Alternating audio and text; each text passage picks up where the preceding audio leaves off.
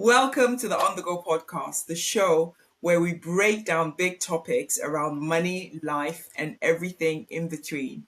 Today, we're diving into something that many people know that they should think about, but they often put it off, and that's pensions. And whether you're in your 20s, 30s, or even later in life, the truth is the sooner we start planning for retirement, the better. But pensions doesn't have to be scary or complicated. And today I'm joined by Belema, a UK-based pensions consultant who's passionate about helping people secure their financial future. We previously interviewed Belema about her entrepreneurial journey as she also has a childcare business called Tatita Childcare Limited. The link to watch that interview is in the description below. This episode will be drawing on Belema's pensions expertise and talking about why pensions matter, how to get started, and how even small contributions can make a big difference later. But just a quick note, before we dive in, this conversation is for information only and education only, and it doesn't count as financial advice. Everyone's situation is different, so it's really, really important to speak to an independent financial advisor before making any decisions about your pensions or finances. So grab a drink and let's get into it.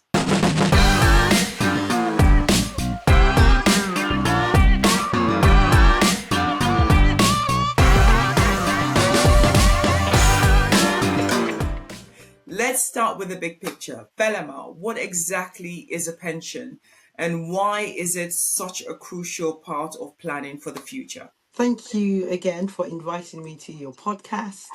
We'll talk about pensions. So pensions is really a retirement savings plan that is designed for individuals with a regular income for when they retire, when they stop working. So yeah, everyone, and it's something that everyone should have. Yeah, that's what pensions is. Thank you so much for that. So why do you think pensions often get overlooked or pushed to the back of people's financial priorities? I think because pensions is something in the future.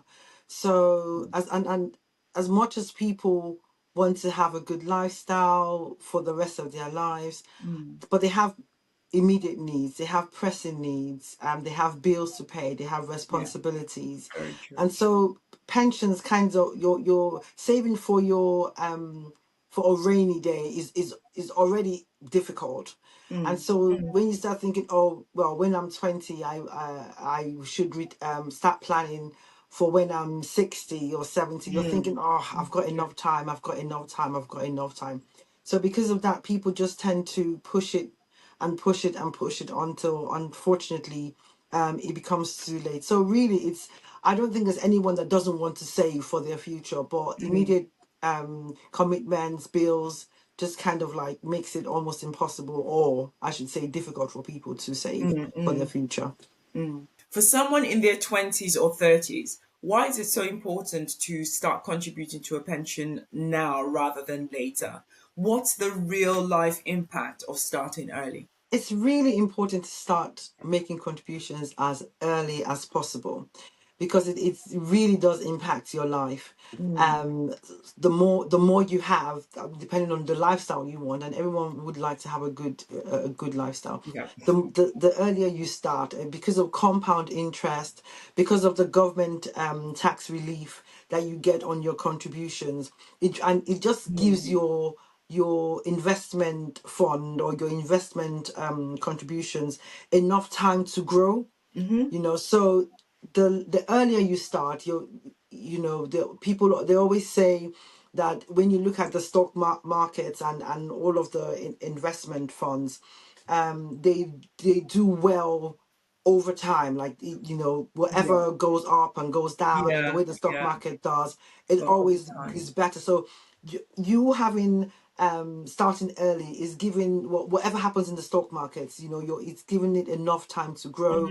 Compound interest, as I said, government tax relief, all of those things, it really does make an impact in starting early. So you can imagine, let's say you're contributing from your 20s, let's say 50 or 100 pounds a month, and just every single month you're just compounding and compounding and compounding, Yeah. and you're making that amount for the next 30, 40 years. You can Yeah. imagine, even without compound interest, how much that amount will be, how Yes. much more when you include compound interest and the stock markets or wherever it is that you Yeah. invest. So it really gives it enough time. Yeah, Yeah. so it's really important to invest, start Okay. making contributions as early as you can. Okay, guys. So if you're your 20s, especially 30s, 40s, still good, but 40s, in my opinion, you might have to increase it more. But Hmm. you heard the expert. Try as much as possible. Obviously, speaking to an independent financial advisor, speak to the pensions expert, but try as much as possible to start early. Okay, let's talk about employer pension schemes and personal pension schemes. Can you explain how workplace pensions work in the UK as well in the UK, especially auto enrollment? Okay, so the way it works, so the UK has an amazing this amazing idea to pay for people as they, or to pay a benefit for people as they retire, and it started, I think, some in the 1906, the state pension started, Mm, and really it's a great idea, but in those days people were dying early as well. They were dying maybe in their 40s, in their 50s. People were not really not living leaving as for a long long, yeah. time. And the way UK pensions work, or the government pension works, is it works on a pay as you go scheme. Mm-hmm. So the funds that are available for members to retire today are the taxes that are being paid today. So Mm, the taxes that me and you are paying now are what is used to fund fund. members who are retiring. So Sorry. it's not an investment fund that is growing somewhere. And as I said, Mm, life expectancy has increased. So mm-hmm. there's quite a stretch on Mm, the funds for members to retire, and which is yeah. why if people read the news, they will notice that the state pension age keeps on increasing and increasing. This Yes. is because the government is trying to delay when people are able to start taking their pension fund, Pension. because there's not really a lot. I think I checked a while ago, and I mean, my state pension age is a while off, but I think there's about I think £10,000 or £9,000, if I'm right, if for my state pension. So you can imagine Oh wow. living on £9,000 or £10,000 or even £12,000, and it still gets taxed. So there's not really a lot of Mm, money yeah. that you can retire on. So Yeah. because of that, the government said, you know what, let's help people. Let's help them save for themselves. Mm-hmm. And so every employer is required to provide a pension scheme for their eligible workers. So you Okay. have to check. I can't remember what the eligibility is, but if you're eligible for, I think it's age 21, or it could be younger. I can't remember what it is, and certain other requirements, earning a certain minimum wage, I think, or a certain amount, sorry, of salary. Yeah. The government, your employer has to provide has Okay. to automatically enroll you into a pension Enroll. scheme. So that's what Okay. auto Auto enrollment enrollment is is, yeah. automatically enrolling you. Mm. So for the first 3 months when you join a new company, if you're eligible, they will deduct pension contributions From from your your salary. salary Okay. into a pension fund, and they would also pay. I Okay. think, if I'm right, I think the employer pays, Pays, I yeah. think 3%. I think you pay 3%, and the employer pays either 4 or 5% Okay. of that of your salary into a Okay. pension fund. So after 3 months, if you decide, no, I don't want you deducting money from my pension, I want all of my My salary, salary. or I want to have my own private pension Okay. arrangement.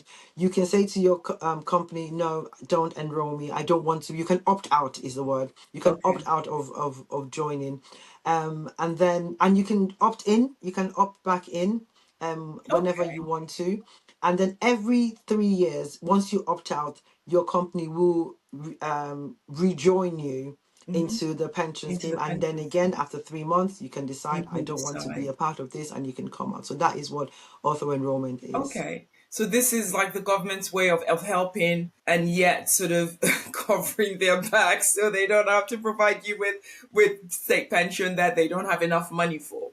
But it's Mhm. quite good because then it forces you to Yeah. to pay Take contributions, to responsibility as think well about for your yourself. pension, to think about your future. Yeah. It's good. So basically, you're saying that when you the auto enrollment is just a summary of it, but you guys please feel free to go and check the government website on this auto enrollment.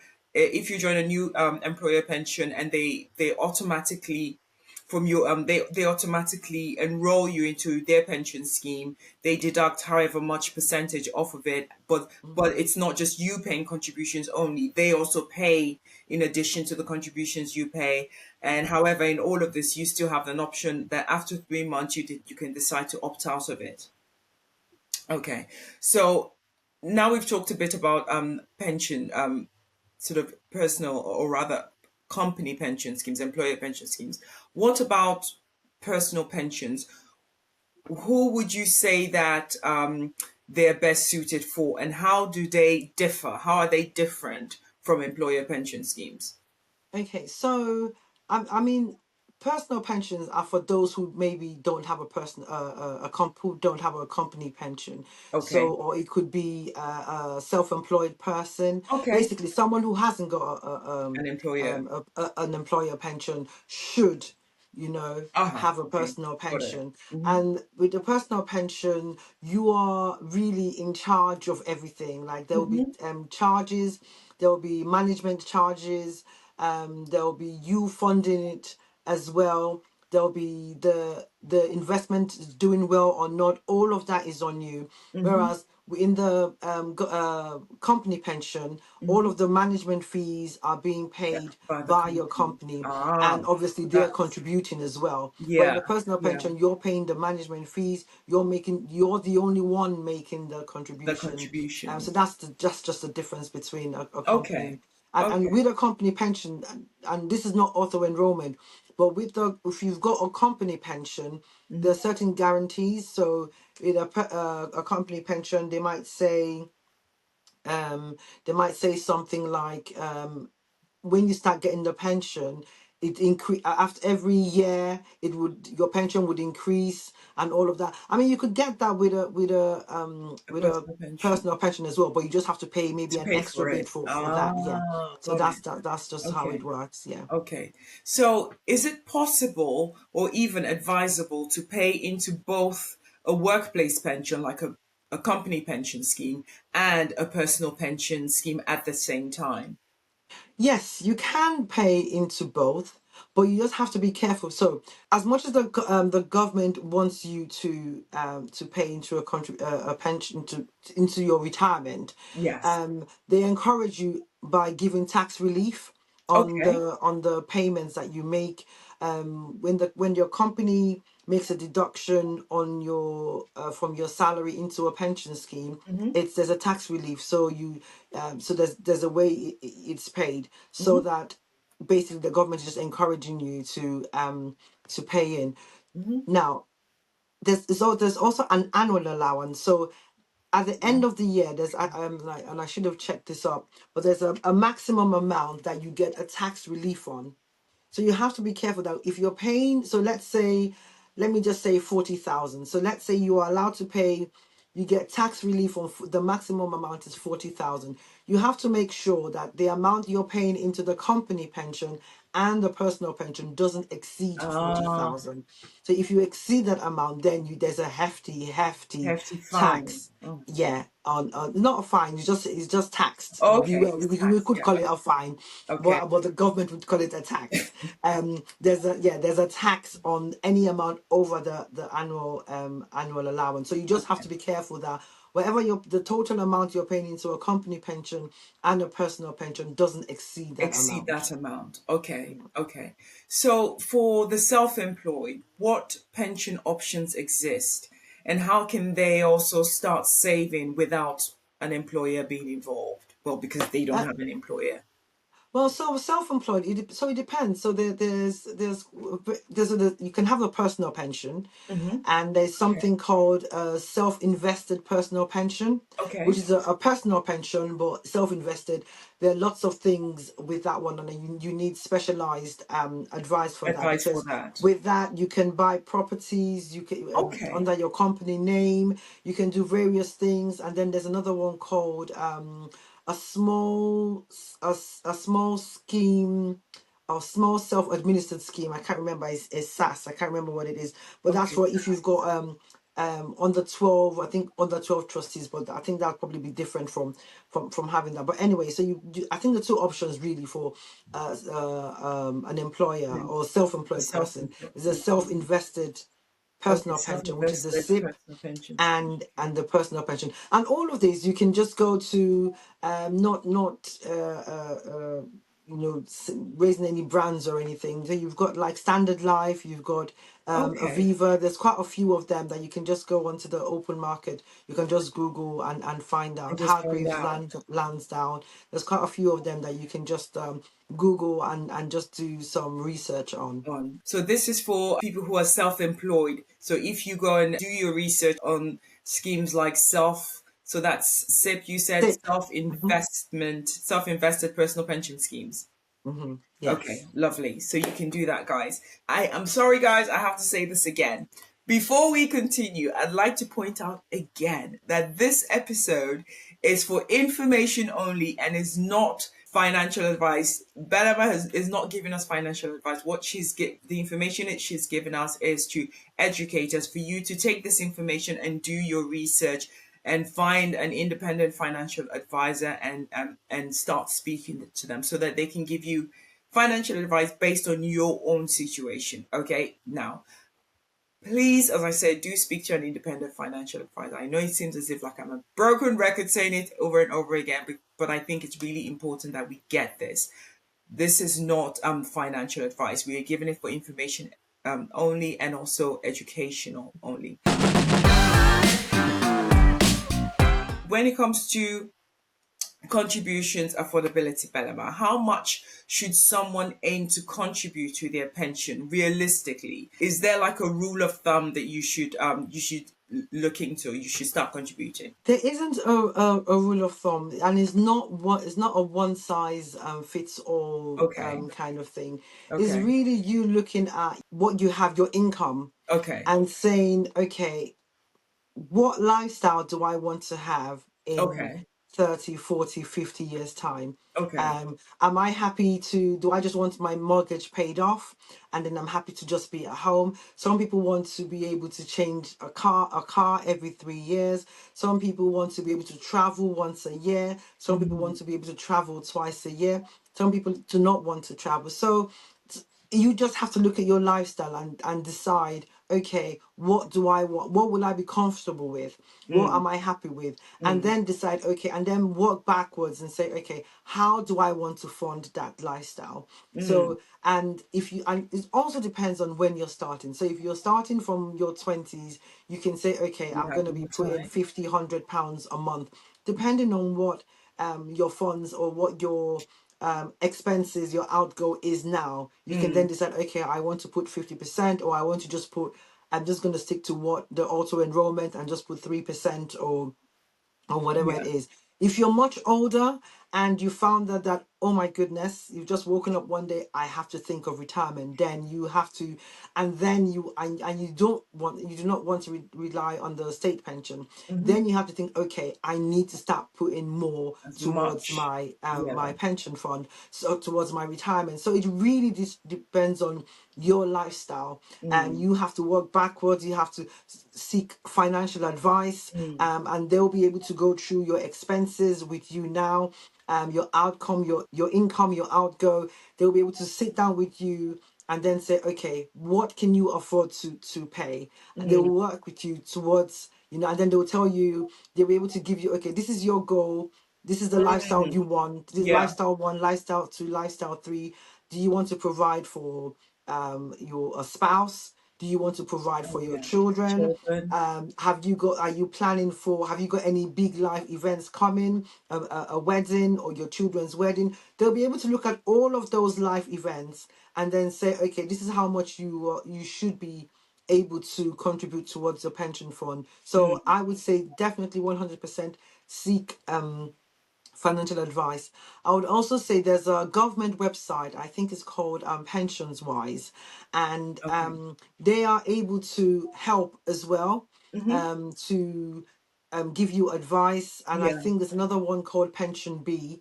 I'm not sure if Pension B is a government one, but they are able, those websites, if you just Google them, they're able to give you advice on, okay, this is how much on this is how much you should contribute, this is how much you have, and all of Mm, that kind of stuff. So as I said, it's not a one size fits all. It mm, really depends on where you are now and where mm-hmm. you want to be. Okay. Okay. No, that's good. Thank you so much.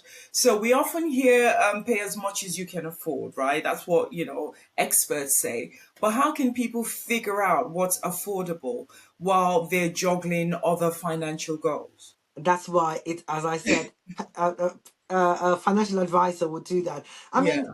if you look at your, in a way, you kind of like might have a rough idea if you're getting a certain amount of salary now, Mm, and okay. you look at your savings and you look at your age and you're like, Mm, okay, I've got 30 more years or 20 more years or 10 more years before my mhm, retirement, and I've got X amount in investments or X mm, amount or in for my retirement savings, mm, or I haven't got any, then that should kind of like educate you on, okay, I haven't got enough, or I have got enough, or I'm on the mm, right track, or I'm not on the right track. But mm. I would definitely say seek Yeah. financial advice, Yeah.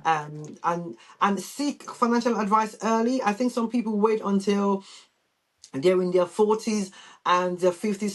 Sometimes your bank can even be able to give you free financial advice if you book an appointment Okay. with your bank. They should be Okay. able to like That's say, oh, good. okay, this is your outcome, this is your your income, this is your outgo, or we have a financial expert. Expert. Yeah. Some banks might charge, but I think, I know a while ago anyway, my bank called me in, or phoned me up and said, oh, we are offering this for free. So you are able to maybe go to your bank and say, okay, this is, can look at my finances, what do I need to Well, do, yeah. or refer me on to there are lots of independent financial advisors. They might Mm, charge a fee, but as I said, it's never too early, it's never too never too. late to talk Yeah. to a financial planner Yeah. or financial advisor to give you that advice on what you need to do. Okay, no, that's great. Thank you so much. So, are there ways that you can sort of suggest without feeling like you're giving financial advice?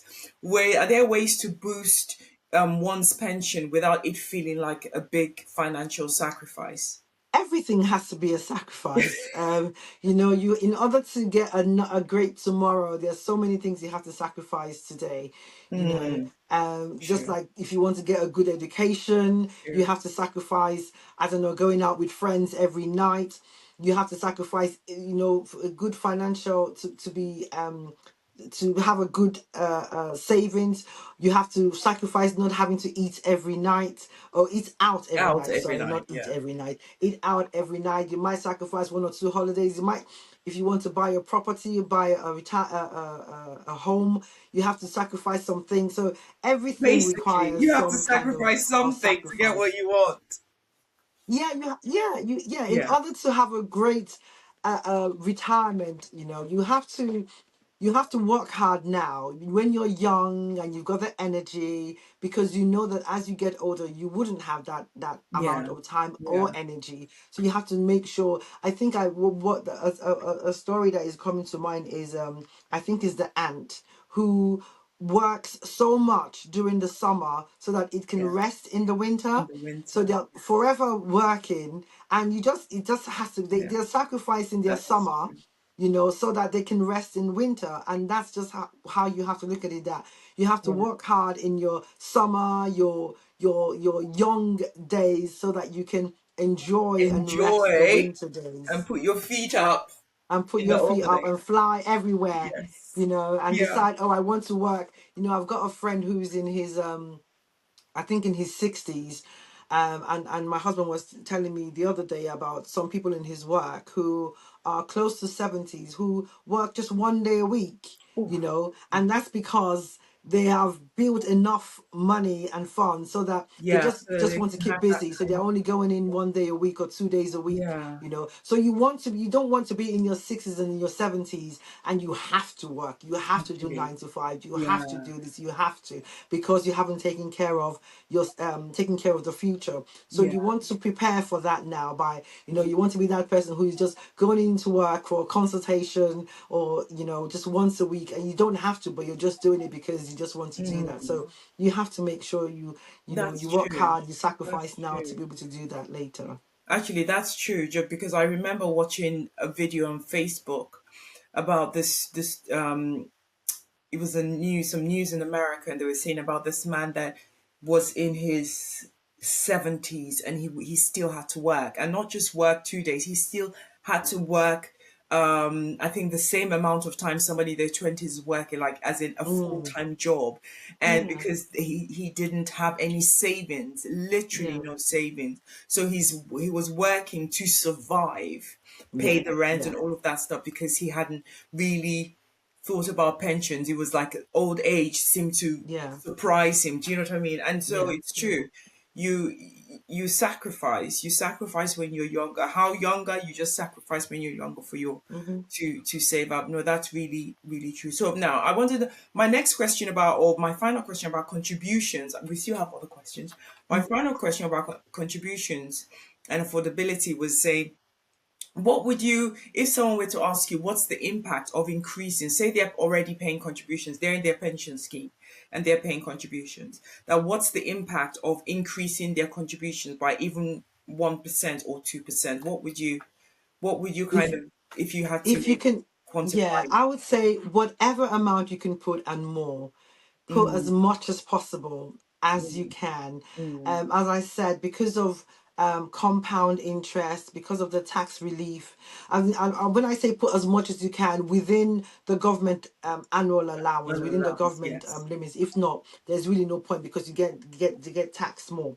But as much as you can, Mm, any amount that you can contribute into your pension fund is a good amount. Obviously, I mean, sometimes the advice, sometimes there's other ways. So I know we're talking about pensions, but there are other ways that one can save towards their retirement mm, as well. So there is not just pensions, but pensions is really the best way. Well, I wouldn't say it's the best way, but it's a great way because of the mm, tax relief yeah, that you get, the government tax relief that you get great, on yeah, it. At retirement age, you get a lump sum of at least 25% of your total fund, okay, as that's well as a monthly pension. pension. So there are lots of benefits of doing that. So if you can put as much money, whatever it is, spare money, money found under your mattress, wherever it is that you can, yeah, Change, yeah. pension fund is, It's yeah, good. It's good. contribution is Pension good. paying contributions is good. Okay, that's all for today's episode. I hope you found this conversation as helpful and eye-opening as I did. A huge thank you to Belema Olagbemi for sharing such valuable insights on why pensions matter and how to make the most of them.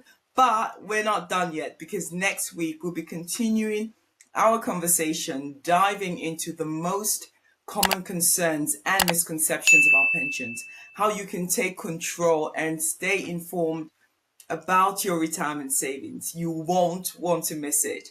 Until then, take care of yourself, and remember, a little bit of planning today can make a huge difference for your future. Have a great day. Bye.